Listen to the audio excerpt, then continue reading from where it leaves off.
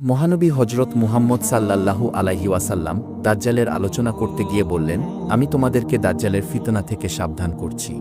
সকল নবী তাদের উম্মতকে দাজ্জালের ভয় দেখিয়েছেন, কিন্তু আমি তোমাদের কাছে দাজ্জালের একটি পরিচয়ের কথা বলবো, যা কোনো নবী তার উম্মতকে বলেননি। তা হল দাজ্জাল অন্ধ হবে। নওয়াজ বিন সালমান রাদিয়াল্লাহু আনহু বলেন, একদা দয়াল নবীজি সকালবেলা আমাদের কাছে দাজ্জালের বর্ণনা করলেন। তিনি তার ফিতনাকে খুব বড় করে তুলে ধরলেন। বর্ণনা শুনে আমরা মনে করলাম যে নিকটস্থ খেজুরের বাগানের পাশেই হয়তো দাজ্জাল অবস্থান করছে। অতঃপর আমরা রাসূল সাল্লাল্লাহু আলাইহি ওয়াসাল্লামের নিকট থেকে চলে গেলাম। কিছুক্ষণ পর আমরা আবার তার কাছে গেলাম। এবার তিনি আমাদের অবস্থা বুঝে জিজ্ঞেস করলেন, তোমাদের কি হলো? আমরা বললাম, হে আল্লাহর রাসূল, আপনি যেভাবে দাজ্জালের আলোচনা করেছেন তা শুনে আমরা ভাবলাম হতে পারে সেই দাজ্জাল খেজুর বাগানের ভেতরে রয়েছে। তখন নবীজি সাল্লাল্লাহু আলাইহি ওয়াসাল্লাম বললেন, দাজ্জাল ছাড়া তোমাদের উপর আমার আরও ভয় রয়েছে।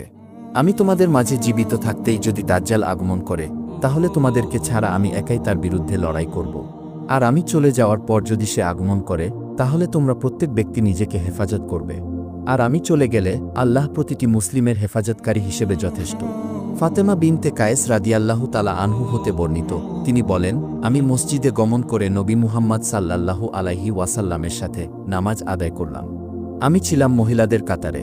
তিনি নামাজ শেষে হাসতে হাসতে মিম্বারে উঠে বসলেন এবং প্রথমে তিনি বললেন, প্রত্যেকে যেন আপন আপন জায়গায় বসে থাকে। অতঃপর তিনি বললেন, তোমরা কি জানো আমি কেন তোমাদেরকে একত্রিত করেছি? তারা বললেন, আল্লাহ এবং তার রাসূলই ভালো জানেন। অতঃপর তিনি বললেন, আমি তোমাদেরকে এ সংবাদ দেওয়ার জন্য একত্রিত করেছি যে তামিম দারি ছিল একজন খ্রিস্টান লোক। সে আমার কাছে আগমন করে ইসলাম গ্রহণ করেছে। অতঃপর সে মিথ্যুক দাজ্জাল সম্পর্কে এমন ঘটনা বলেছে, যা আমি তোমাদের কাছে এখন বর্ণনা করছি। লাকমল গোত্রের ৩০ জন লোকের সাথে সে সাগরপথে ভ্রমণে গিয়েছিল। দুর্যোগপূর্ণ আবহাওয়ার শিকার হয়ে ১ মাস পর্যন্ত তারা সাগরেই ছিল। অবশেষে তারা সাগরের মাঝখানে একটি দ্বীপে অবতরণ করল। দ্বীপের ভেতরে প্রবেশ করে তারা অনেক মোটা এবং অনেকগুলো চুল বিশিষ্ট একটি অদ্ভুত প্রাণীর সন্ধান পেল। চুল দ্বারা সমস্ত শরীর আবৃত থাকার কারণে প্রাণীটির অগ্রপশ্চাৎ নির্ধারণ করতে সক্ষম হল না। তখন তারা বলল, অকল্যাণ হোক তোমার, কে তুমি? সে বলল, আমি সংবাদ সংগ্রহকারী গোয়েন্দা। তারা বলল, কিসের সংবাদ সংগ্রহকারী? অতঃপর প্রাণীটি দ্বীপের মধ্যে একটি ঘরের দিকে ইঙ্গিত করে বলল, তোমরা এই ঘরের ভিতরে অবস্থানরত লোকটির কাছে যাও। সে তোমাদের কাছ থেকে সংবাদ সংগ্রহ করার জন্য অধীর আগ্রহে অপেক্ষা করছে। তামিম দারি বলেন, প্রাণীটি যখন একজন লোকের কথা বলল, তখন আমাদের ভয় হল যে কি হতে পারে সে। তথাপি আমরা ভীত হয়ে দ্রুত অগ্রসর হয়ে ঘরটির ভিতরে প্রবেশ করলাম। সেখানে প্রবেশ করে আমরা বৃহদাকার একটি মানুষ দেখতে পেলাম। এত বড় আকৃতির মানুষ আমরা ইতিপূর্বে আর কখনো দেখিনি। তার হাত দুটিকে ঘাড়ের সাথে একত্রিত করে হাঁটু এবং গোড়ালির মধ্যবর্তী স্থানে লোহার শিকল দ্বারা বেঁধে রাখা হয়েছে। আমরা বললাম, মরণ হোক তোমার, কে তুমি? সে বলল, তোমরা আমার কাছে আসতে সক্ষম হয়েছ, তাই আগে তোমাদের পরিচয় দাও। আমরা বললাম, আমরা একদল আরবের মানুষ এবং আমরা নৌকায় আরোহণ করেছিলাম। সাগরের প্রচণ্ড ঢেউ আমাদেরকে নিয়ে ১ মাস পর্যন্ত খেলা করল।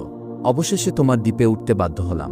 দ্বীপে প্রবেশ করে প্রচুর পশম বিশিষ্ট এমন একটি জন্তুর সাক্ষাৎ পেলাম, যার প্রচুর পশমের কারণে তার অগ্রপশ্চাৎ চেনা যাচ্ছিল না। আমরা বললাম, অকল্যাণ হোক তোমার, কে তুমি? সে বলল, আমি সংবাদ সংগ্রহকারী গোয়েন্দা। আমরা বললাম, কিসের সংবাদ সংগ্রহকারী? অতঃপর প্রাণীটি দ্বীপের মধ্যে এই ঘরের দিকে ইঙ্গিত করে বলল, তোমরা এই ঘরের ভিতরে অবস্থানরত লোকটির কাছে যাও। সে তোমাদের নিকট থেকে সংবাদ সংগ্রহ করার জন্য অধীর আগ্রহে অপেক্ষা করছে। তাই আমরা তার ভয়ে তোমার কাছে দ্রুত আগমন করলাম। হতেও পারে তুমি একজন শয়তান। এ ভয় থেকেও আমরা নিরাপদ নই।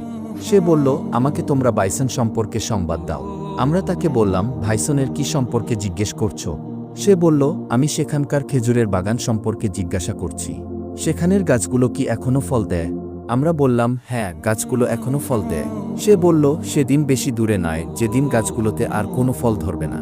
অতঃপর সে বলল, আমাকে গোহায় রিয়াত তারাবিহ সম্পর্কে সংবাদ দাও। আমরা তাকে বললাম, গোহায় ইরাত তারারিয়ার সম্পর্কে কি জিজ্ঞেস করছো? সে বলল, আমি জানতে চাই সেখানে কি এখনো পানি আছে। আমরা বললাম, তথায় প্রচুর পানি আছে। সে বলল, অচিরেই তথাকার পানি শেষ হয়ে যাবে। সে পুনরায় বলল, আমাকে যোগাড় নামক ঝর্ণা সম্পর্কে সংবাদ দাও। আমরা তাকে বললাম, সেখানকার কি সম্পর্কে তুমি জানতে চাও? সে বলল, আমি জানতে চাই সেখানে কি এখনো পানি আছে। লোকেরা কি এখনো সে পানি দিয়ে চাষাবাদ করছে?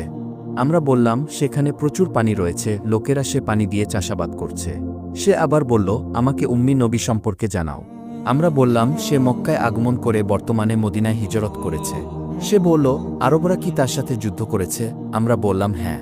সে বলল, ফলাফল কি হয়েছে? আমরা তাকে সংবাদ দিলাম যে পার্শ্ববর্তী আরবদের উপর তিনি জয়লাভ করেছেন, ফলে তারা তার আনুগত্য স্বীকার করে নিয়েছে। সে বলল, তার আনুগত্য করাই তাদের জন্য ভালো। এখন আমার কথা শোনো, আমি হলাম দাজ্জাল। অচিরেই আমাকে বের হওয়ার অনুমতি দেয়া হবে। আমি বের হয়ে 40 দিনের ভেতরে পৃথিবীর সমস্ত দেশ ভ্রমণ করব। তবে মক্কা মদিনায় প্রবেশ করা আমার জন্য নিষিদ্ধ থাকবে। যখন আমি মক্কা বা মদিনায় প্রবেশ করতে চাইব, তখনই ফেরেশতাগণ কোষমুক্ত তলোয়ার হাতে নিয়ে আমাকে তাড়া করবে। মক্কা মদিনার প্রতিটি প্রবেশপথে ফেরেশতাগণ পাহারা দিবে। অতঃপর নবী করিম সাল্লাল্লাহু আলাইহি ওয়াসাল্লাম বলেন, দাজ্জালের আবির্ভাব হলে মুমিনদের মধ্য থেকে একজন মুমিন তার দিকে অগ্রসর হবে। তখন পথিমধ্যে দাজ্জালের সশস্ত্র প্রহরীদের সাথে তার দেখা হবে। তারা তাকে জিজ্ঞাসা করবে, কোন দিকে যাবার ইচ্ছা করছো?